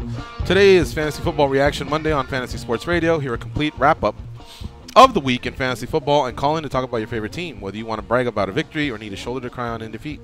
And if your game is still undecided, here a preview of tonight's Monday Night Football matchup between the Giants and the Falcons from the fantasy football perspective. Live fantasy football, live fantasy football reaction right now on Fantasy Sports Radio, Series 210, XM87, and streaming on your phone or at home on connected devices and speakers. When I read it, I thought they were headed down the path of live fantasy football. If you're a hardcore, you're not doing it right if you're not living. When I got there, I go, oh, it's live. I got to go back. Yeah. All right. Oh, Frank Mir. So Frank Mir, we haven't received the call yet, and we're hoping to soon. And we that will be our next interview. Sorry, I just got thrown off here a little bit. Okay. Ray Cooper. I wasn't sure if I said this during the commercial or not, but I looked it up in 2 different spots, and they show him as 5'9", which is a little bit closer to what most acceptable welterweight come in at. I mean, there's been successful weight. I think Hughes was 5'9". I think GSP was 5'10", and we talked a little bit about this. But look, there is an era of the tall, lankier lightweights like James Vick, who's 6'3", and then all the ones that. How long is that gonna last? No, all the big cats at welterweight as well. Ben Saunders, I saw him the other day Corey Hill was pretty in Long tall. Beach. He's about 6'3" too. I was thinking that. So there's some really big dudes out there. Oh, I know. That was the most violent card ever, guys. By the way, that Troops card. That was Yoshida getting knocked out by Josh Koscheck twice standing. That was Brandon Wolf getting tie clench knee to death by Ben Saunders, where there was lumps on his head. That was what's the guy that Kennedy headline? Steve Cantwell got his arm broken. Ooh. Corey Hill got his shin snapped. Like, I was afraid. I don't want to watch any more fights on this card. I've been watching live. I'm like, what's going to happen? This is UFC Kumite. That was a brutal card. I remember that one, man. I think it was Fort Campbell, Kentucky. That's right. That's right. All right, let's talk to Showtime in Tennessee. What's up, Showtime? It's yo time. Hey, is there a lot of noise in my background? I'm outside. I don't know if you can tell. No, we can't hear a squat. It's actually one of the best, clearest calls you've ever had. Yeah. Ooh. Peace. Okay. Now that we've established that, let's start the call. Fight. What's that? I said I actually enjoyed the PFL card Saturday night, and it was very entertaining, man, and just to see the raw emotion, man, when you got that much money on the line with a lot of those guys, man, was basically amazing, man. Mm-hmm. Hey, tell me if this makes sense to you guys. I almost felt like I had $1 million on the line every fight because they were so emotional at the end that it was just like, oh, man. It was the stakes. Gut-wrenching. It was the stakes, which is why, I don't know, Showtime, if you were having to do a double screen action on the Saturday before when they had PFL and Bellator at the same time. And there was no knock on Bellator. Bellator's been delivering, but I found myself watching PFL more, to be honest, because of the stakes. Is that kind of what you're hitting on, or do you feel me there? Yeah, I'm going to tell you this. I actually was watching PFL over football. I mean, I literally had my big TV on the PFL, and I was, I had my computers up, so I was checking on the football games, via computer, man. But I mean, it was actually a nice night, man, and kind of funny. I was watching the Lewis Taylor fight, and then we were basically sitting there waiting in suspense on what was going to happen, man. And that was like a real tense moment, for a minute. I'm like, okay, damn, he was winning this fight. I'm hoping that he don't get suspended for his knee. So I'm like, shit, just qualified. I mean, that was a tense moment, man. Check this out, man. The kid that stopped, what's the guy name? Velichkovic. Is that how you pronounce his name? Velichkovic. I know that's what he went by. Yeah, Velichkovic. Hey, man, that kid that beat him, man, is UFC caliber, man. Just think about it. I saw Serbian Steel fighting in the UFC, and nobody ever stopped him. And this kid basically just went there and wiped them off the map. I mean, it's amazing how many of those Dagger kids, man, are over there with PFL, man. There's a lot of talent in that area, man. All right, so here comes George raining on the parade a little bit. And you guys, please feel free to interject at any moment. Too. All right, so Showtime, there's no denying that there was some great moments during PFL 10.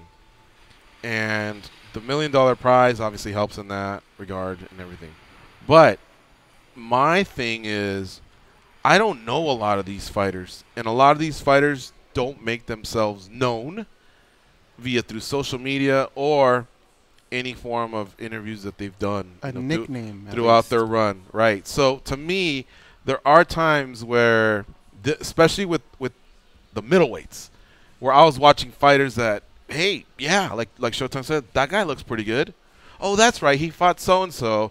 Okay, I get it. Yeah, of course he's pretty good. He's not just lucky or whatever, but I don't know much about these guys. And I think one thing I would like the PFL to do is not have as many of them.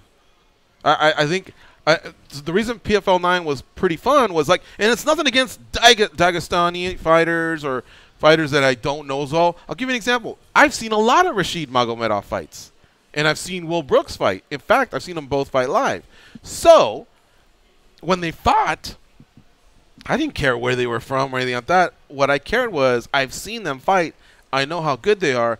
Therefore, I was vested into the fight. Mm-hmm. But when there's guys that have great records, but I just haven't seen as much of, I don't mind one or two carefully placed throughout the card. But when they dominate a division, you're like, you know. And so I think what they should do is limit that a little bit per each division, how many unknown fighters you have, because it's just going to be tough to really, really get excited about them, you know, until I guess they either hold up a check or they beat a well-known name, which kind of puts them over or something like that. So that would be the only complaint I had, was that there was just stretches of time where I was like, who's this guy again? You know, whatever. And therefore, some of those guys, I guess, have to do a little bit of extra work on their own to make themselves a little bit more relevant. Even Abubakar Nurmagomedov, I could even just say, oh, yeah, he was in the middle of that melee at UFC 229. That was enough for me. Rashid, he's fought in the UFC before plenty of times and done well. A lot of them kind of already had some sort of an in. But a few of them were like, okay, you know, have at it, guy. You know what I mean? Start with a nickname. And it's no big deal as long as they're fighting a guy that I'm familiar with. But if there's two unfamiliar names fighting, and then the next two are familiar, and then those two meet in the finals, well, you just had a little bit of a run where I didn't get as excited about. Dagestani fighters, to me, I enjoy watching them. I think they're fun. I think Dan's mentioned this before on the show. King Mo brought this up a long time ago about how big that stable can be out there. And they do well. And I'm going to go back to something Showtime said, was some of them are UFC caliber, but the problem is that's not the style that the UFC likes to promote. So I actually think they're in the right place.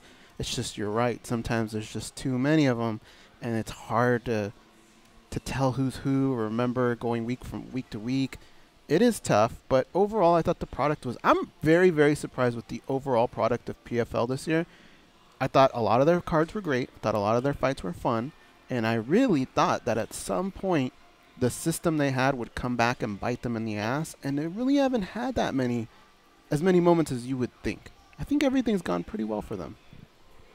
Well, that was my only thing. Other than that, I really enjoyed their regular season and playoff, but I would just hope, again, they do a little bit more spacing. I know that when it came down to 1 versus A, they can't control that, you know, but as far as, like, maybe limiting that exposure, that'd be best for me. Thank you, Showtime, for the call. That was great stuff from you, man. As always. I've often said that, you know, a lot of people love the heyday of Pride versus UFC, and it was great, but the one thing you didn't get was sometimes you'd have matchups that you just wanted and you would never see them. Yeah. So I'd always said, like, I don't want a third group to come, because now you got Bellator, UFC, that's going to start to happen again. But PFL's kind of come in and given you that niche where it is actually fun to have a third organization. Like you were saying, having 2 TVs on the same time watching fights, and one of them doesn't say UFC on them and you're still entertained, that's pretty cool. That is. Now, I also want to emphasize again, nothing against certain countries or anything like that. I also went through that a little bit with Darren Till. Darren Till, same thing. He was fighting different fighters. Darren Till. Yeah. He was fighting different fighters that we just hadn't heard as much of. But luckily, he had some charisma. He spoke in English, so that helped. But again, for many of the hardcores, they didn't get over on Darren Till until he beat Cowboy in Poland. So to them, he was still an unknown, and he can speak English. Then he gets over on someone, and you're like, oh, shit, this guy's for fucking real. Yeah. He's not just, facing certain fighters because their matchup, their favorable matchups for him from Brazil or from Europe or from wherever. He's actually pretty good. And then, of course, he beats Stephen Thompson, and then, boom, he's right in the right spot. That's kind of what I'm looking for. I don't hate you for that. But Makes sense. As long as they just keep improving, I want to see those 72 names. But for season 2, it's gonna be crazy because I think there's gonna be some surprises. Yeah, I'm excited. In fact, I wish I could tell you guys. I'll just tell you. I'll write it down. Okay. Sorry, audience, but this is a name that was close to fighting in PFL 1. About that one. And I don't know that it was ever public. So you saw that? Yeah. So can you imagine if we get those types of splashes where you're just like, damn, no, for real, like, whoa, you know what I mean? Like that type of a reaction. If they can do one of those types of names in each division, 2, and then like a former champ of another organization, along with their Ray Coopers and all the other guys, the new names that they're molding, you know what I mean? I'm telling you, the excitement level will raise even more. But there's something to be said for some of these names that have put in their time and are famous. That's tough. They have a lot of pressure on them for season 2, just because you can't pay out that much money and expect to do it again a second season without some sort of growth in your company. Right. They're really the going money's got to come from television or sponsorship. That's a lot of money, but television dude. is probably the big one because you can go back to the venture capitalist people. But yeah, you're right. You got to produce results, and the UFC. Everybody keeps saying, "Hey, PFL, 10 million. Where are they getting it? How can they keep it up?" Hey, the Fertittas went 54 million deep before that bad boy turned around, and it took. It was 2005. So that was about almost 5 years of their existence. And PFL, if you just want to separate PFL from WSOF, is only 1 year in because it is a new group. That's why there's a new name. So, to be fair, there has to be a little bit of time. That's why Bellator kind of started to take a little bit of heat, not just for the Bjorn era, but now the Scott Coker era, because the Scott Coker, I think, started its 4th year. So it's like, wait a minute, where are those ratings at? But they do it in college football, right? They keep writing those checks, so I don't know. I would hope that those people that write the checks are pretty damn smart. Otherwise, why would they keep these businesses afloat? All us as fans can do is connect the dots and go, nah, this is a disappointing number in television or in pay-per-views or whatever. And in the past, shows that have produced those types of numbers haven't lasted as long. That's what we say. In college football and college basketball, when you get a new coach and they still have some of the old players, by that 3rd year is when I think you can really start to criticize them and say, look, now you've got your freshmen they're now going to become juniors. At this point now, I think you can be giving some sort of result. So for people to come at Scott Coker in year 3, even year 4, I think now he does feel that pressure. Because now he's got a lot of his own signing guys, right? Like, if you look back, I mean, there's a few here and there. Obviously, the Pitbull brothers, right? Guys that were there before. Chandler is a big name that he was able to keep and implement, but he's also brought in a lot of his guys. So I think it's a fair criticism at this point. Yeah. Hopefully they take your guys' advice, by the way. One last thing about the checks, because like you guys say, once that pictures of the guys getting paid comes out, that's going to convert everybody else. I think they'd overachieved already, how much they've converted from fighters to fans, I'd argue, but you guys are right. It's going to come down to those check pictures. I hope so. All right. Let's take this break. It's a swing and a miss with Frank Mir, but we'll have time. If we're not able to land him today, we will land him some other time. I think him grappling with Forrest was pretty relevant, and then the other thing is the Javier Yella signing. I know him and Quintet. Team Mir are pretty stoked about that. I'll have to talk to him. Yeah, exactly. So Marc Montoya will be our next guest. We'll talk to him when we come back after this break.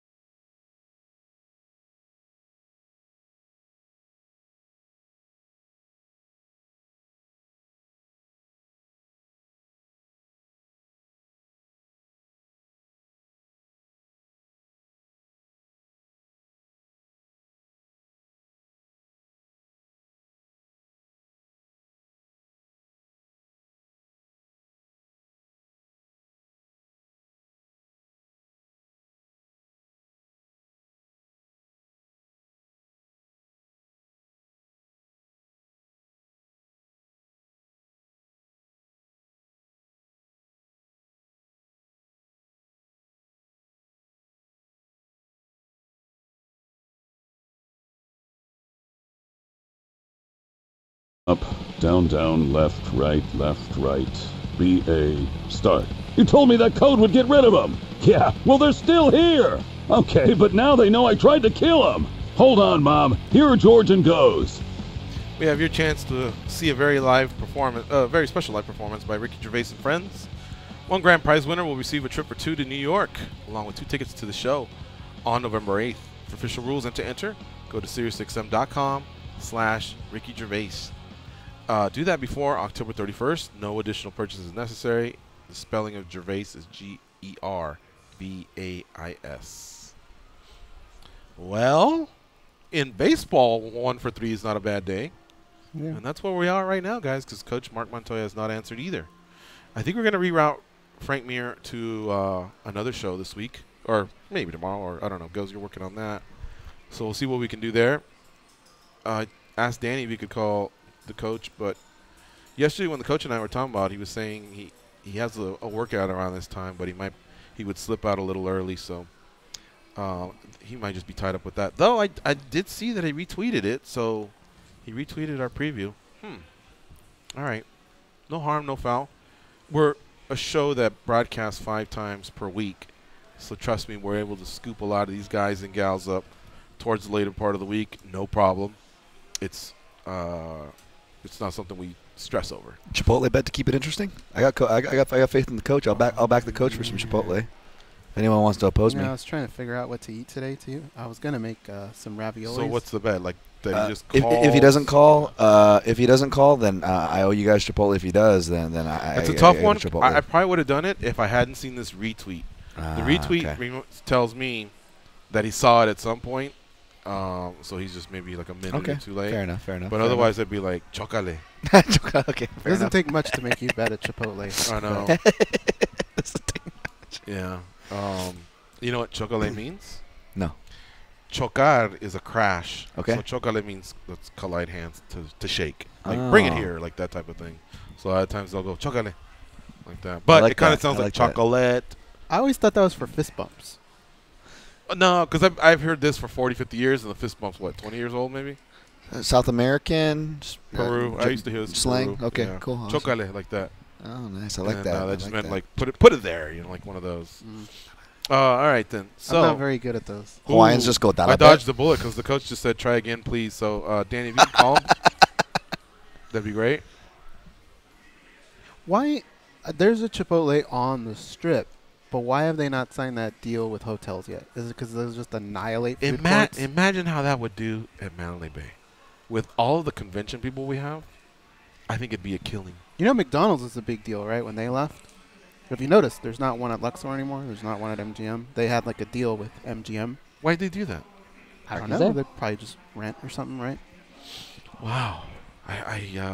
I don't know. It just seems like a home run to be in a hotel. One last thing. I heard an insane fact that Subways have almost as much of Starbucks and McDonald's. If you put Starbucks and McDonald's on one side, Subway is just underneath it. Doesn't beat them, but just underneath them. It's the biggest franchise, right? It's insane. Out of all of them? Yeah, it's Subway? insane.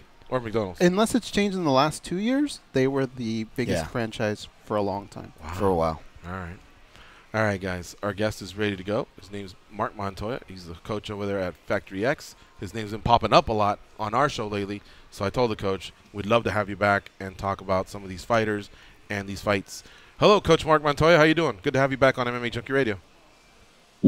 I'm great, guys. How are you? Thanks for having me on. Good. Well, when we talked to you, after it was part of the season of Tough that was filming and you were coaching, we told you, hey, we'd love to have you back on because we just keep hearing your name over and over. A lot of people sing your praises. And so that's why we reached out, because everybody just loves, a lot of your fighters just really love the way that you've affected their lives, not just as a coach, as a mentor. And once you start hearing that a lot, we know that someone's doing something right. That together with wins and losses, and a lot of you guys are doing well. I'll start with Steven Siler. I mean, this guy has had an incredible career resurgence, and now he's fighting for $1 million on December 31st. How crazy is that? I know. How cool is that, man? I'm super proud of that kid.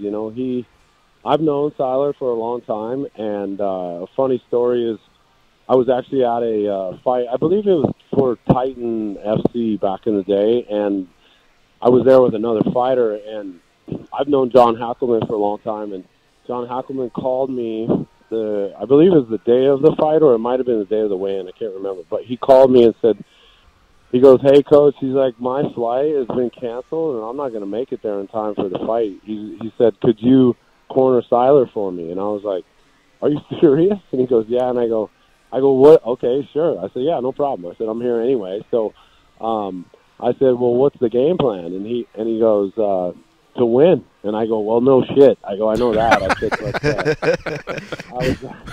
I was like, "Is there anything specific that you want, Hack?" And he's like, "Yeah, to win." And I go, "All right, done." So I went and found Siler, and I said, "Hey, man, Hack's not coming out, and his flights are canceled." And I ended up cornering Siler, out of the blue that time. But I've known him way before that, when he was in the UFC and what have you. So when he reached out to me and said, "Hey, Coach, I'd like to come out and do my camp with you. I'm in the PFL tournament," I was ecstatic to have him. And he was a big underdog going into that tournament. And, he became the number 1 seed, and now we have an opportunity to go fight for $1 million. And that was the entire goal, is to obviously get that opportunity, and then the major goal is to win it. So it's cool to see that, and it's cool to see kids like Siler that have a ton of talent, and they come out and we get to help just change their lives and be a part of that journey. That's a cool deal. So really proud of him. But yeah, he's a great example. Yeah, and he shared with us that there's been a couple times where he's thought about hanging it up. And on this occasion, now that he's a father, the wife who's been supporting, one of the conditions was, "Hey, okay, go out there, do your thing. I'll hold down the fort, but I want you to really, really immerse yourself this whole summer, the regular season fights and the playoff fights." And she allowed him to get away from all that, go to your gym and isolate. So you could tell that two parties were endorsing your camp, you as the coach, and their belief in your system. I think that's huge. The other guy was someone we spoke to recently, and that's Anthony Smith. We had him on the show. He's got Volkan Ozdemir coming up this weekend, and same thing. He just says there's something about that gym, the culture of the gym, the coach, the camaraderie is really, really special. And again, that's high praise. That's another guy in another organization in a different situation, but yet again in a big fight. Yeah, Anthony is an incredible fighter. I've been watching him for years, and obviously he's not far from Denver. He's in the Omaha area, so I've seen him around, just the regional scene bumping around, and then the Strikeforce days, and obviously his first stint in the UFC. And I've seen the incredible talent that he is, and that it's cool to have kids like Siler and Anthony. We actually. Siler and Court McGee have been longtime teammates, and Court McGee actually came out for his camp for this fight coming up. He's fighting on the same card as Anthony, and again, I've known Court for a long time as well, and I'm looking forward to having both Anthony and Court in Canada on the UFC card this weekend, and just watch those kids, really go out there and perform like I know they can. And the biggest thing that you said is culture. The day that I said, okay, I'm going to be a full-time coach, and when I looked at the game plan of how I was going to be a great coach and how to run a great business, to me it was all about culture. I wanted to build a culture that if I was somebody coming from the outside in, I'd want to be here. A part of it, and I also wanted it to be, hard-nosed, that hungry, humble thing, and, just surrounding myself with a bunch of iron to sharpen each other with. That, in a quick nutshell, the culture has always been my number one goal, and I've had some really talented kids in here that don't fit the culture, and I've asked them, to move on, because it's not about the talent, it's about talent, culture, the whole environment, and making it work. Because at the end of the day, man, I got to come here every day. So do these kids. You don't want to go to work where you don't want to be around those people. That's going to suck. And so what's the point of that? So, you know, that was my take, and there's 100 ways to skin a cat, man, but that's mine, and it seems to be working. Coach Marc Montoya is our guest here on MMA Junkie Radio on Twitter. He's at Coach M. Montoya. Let me turn it over to the co-host here. Goes, what do you have for Coach Marc Montoya? Coach, the one thing that you have to decide, I think, when you become a head coach and do it full-time, the one thing that I see over and over is you'll see fighters, they have their fights, and then they can have their break. It doesn't seem like head coaches really have that much time to have breaks because you always have somebody going. You always have to be a part of the gym. Have you been able to figure out a way to disconnect and get away, or as being a coach, is that basically going to be like a 15, 20-year-long job that just never ends? Yeah, that's a great question. You know, there's a quote, and I think I'm paraphrasing, but it says, if you're going to start your own business, there is no such thing as balance. And I believe Robert Herjavec said that he's one of the guys that's actually on Shark Tank, if you watch that. But you know what he said is true. And because we don't have a season in MMA, it's not like there's an off season. And even if there was an off season, I'd be doing stuff anyway. But I you know, it's to find a balance. I don't know. I don't think there's such a thing. I think, you know, I have to be obsessed with what I'm doing as a coach, and I also have to be obsessed with what, you know, my family. You know, so the times that I have available when it's, you know, family time, I really try to stay engaged and, you know, not be distracted and be a part of that whole process, just like I do when I'm on the mat. You know, I'm not sitting there distracted when I'm coaching athletes. So I guess if you call that a balance, that might be one. But at the end of the day, what you said is spot on. There's you know, when they're done, I'm still going. You know, I have 7 kids fighting this weekend. Obviously, not all in the UFC, but throughout the regional circuit and then the UFC.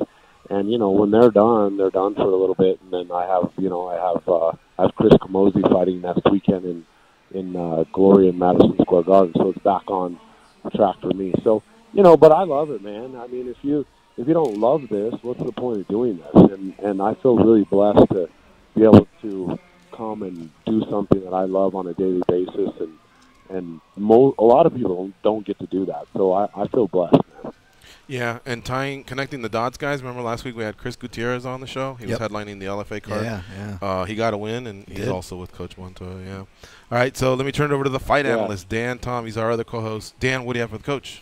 Hey, Coach, you know, you were low-key one of my favorite cornermen to watch. You know, I have to watch a lot of fight footage, and in turn, not only do I obviously appreciate the fighters, but you appreciate everybody in there doing their job, you know, whether the referee's doing a good job or not, or the cornermen. And I paid you this compliment before, you know, how you do so well at walking and guiding your fighters through the fire. But let me ask you on the other side of the coin that I don't really get to see as far as the prep work inside the gym. Now, obviously, you talk to most fighters. Everybody's different. I would argue a majority of fighters don't like to watch tape on their opponent. But as a coach, obviously, you have to do a little bit of that tape watching, a lot of that preparation. So let me ask you about this in particular with Anthony Smith's matchup with Volkan Ozdemir. You know, how much of the process do you take with a guy like Anthony as far as game planning for Volkan? And not just Volkan, do you also, as a coach, do you have to take into account that Volkan, you know, where the opposing fighter is training at? You know, obviously, as I'm sure you know, some gyms have certain trends and tendencies. A bit of a long-winded question there, Coach, but tell me as far as the prep side, what's your opinion? How do you go about that?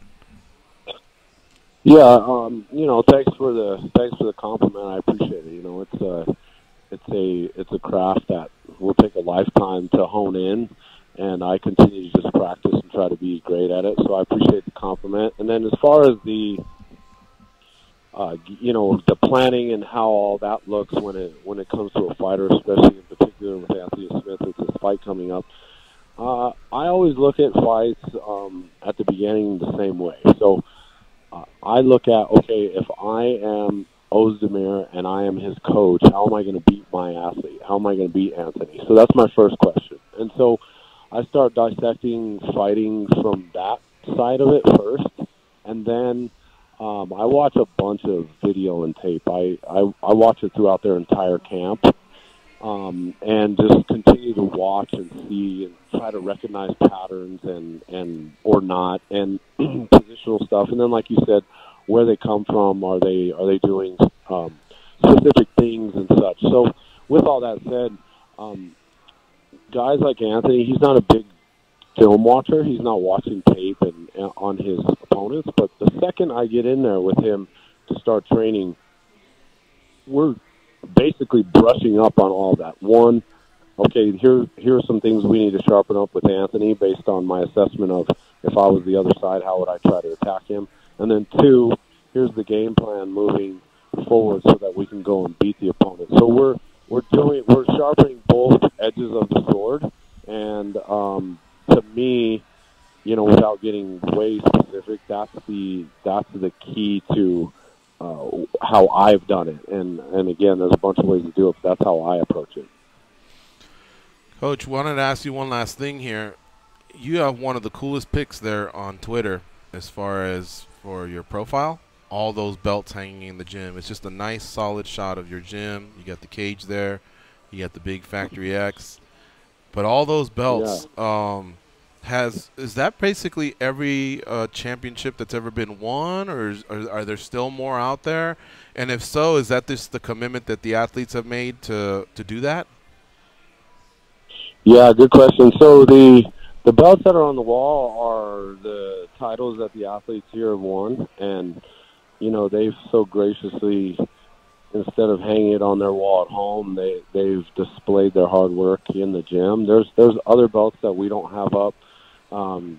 We just haven't put up, not for any other reason than just being lazy and haven't put them up. But those are just their hard work and to show what they've gone out and accomplished, and whether it's, you know, a local belt or, you know, it's a major national belt. That's their accomplishments, and I'm proud of them. And to be honest with you, I just like belts. I mean, they look cool, and they're a cool accomplishment, and it's a trophy essentially.